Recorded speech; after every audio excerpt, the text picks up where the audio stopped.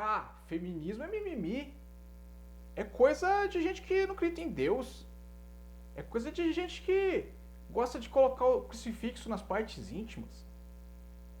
Feminismo? Ah, isso daí tem nada a ver. É coisa de gente desocupada. É coisa de esquerdista, comunista. E você aí, sabe exatamente o que é o feminismo?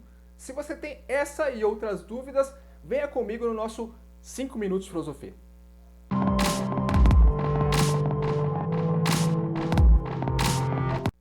Hoje vamos falar sobre uma autora inglesa que é uma das precursoras do movimento feminista. O nome dela é Virginia Woolf.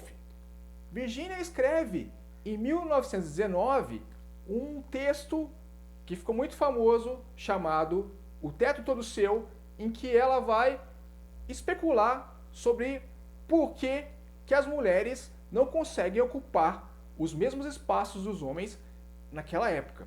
E observe só, ela está falando há mais de um século atrás, em um momento em que as mulheres sequer podiam usar calças, as mulheres sequer podiam divorciar-se. Então era muito diferente a sociedade. Ela é uma autora vanguardista nesse sentido. E Virginia Woolf, ela escreve um livro em que ela pretende entender por que não tem nenhuma escritora inglesa genial na Idade Moderna. E ela vai fazer uma especulação sobre isso. A primeira coisa que ela vai fazer é tentar buscar nos livros de história referências às mulheres. E o que ela percebe é que há um vazio absurdo até o século XVIII.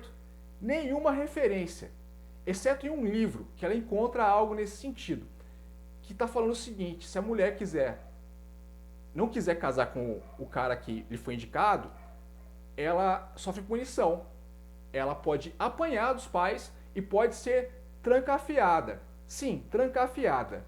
Aquela história bonitinha lá da Rapunzel e tal, na verdade, é a idealização de um passado em que a mulher não tinha direito a nada.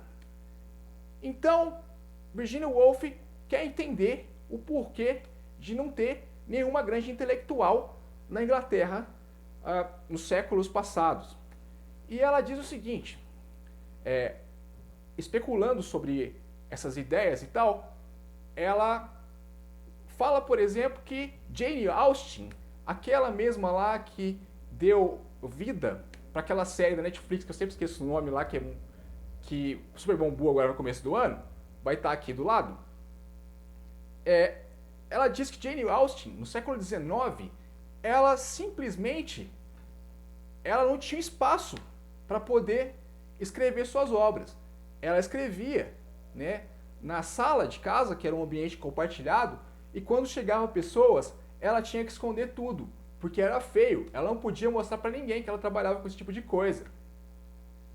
Esta que foi a primeira autora inglesa de destaque, de renome e tal, ela não podia externalizar o que ela produzia, porque aquilo não era coisa de mulher.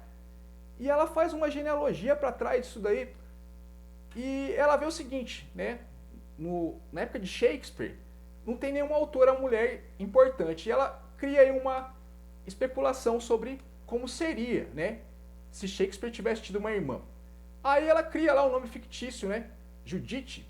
Se Shakespeare tivesse tido uma irmã, ela dificilmente chegaria ao mesmo patamar que o irmão dela. Por quê? Porque desde jovem, Judite seria educada para o casamento. Ela não poderia frequentar a escola que o Shakespeare frequentou, nem ler os livros que Shakespeare leu, porque a função social da mulher naquela época era completamente diferente. Portanto, por mais genial que Judite fosse, ela nunca conseguiria construir aquele caldo cultural necessário para se tornar uma grande escritora. Ok? E ela, que vive no século XX, vai dar um relato dela, né, sobre as dificuldades que tinha para ela em ser uma escritora, uma intelectual em pleno século XX. Por exemplo, quando ela ia a uma biblioteca, ela tinha que ser acompanhada por um cara. Se você fosse um homem, você poderia ir à biblioteca sozinho. mas como ela era mulher, um cara tinha que ir acompanhando ela. Isso há 100 anos atrás, ok? E ela achava isso o fim da picada. E outra coisa que ela coloca, que inclusive dá o título para o nome da obra, né?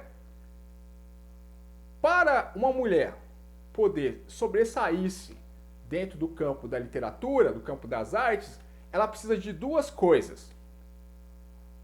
Um é ter um teto todo dela, né? Ter uma casa própria, né? Não e outra não depender do marido.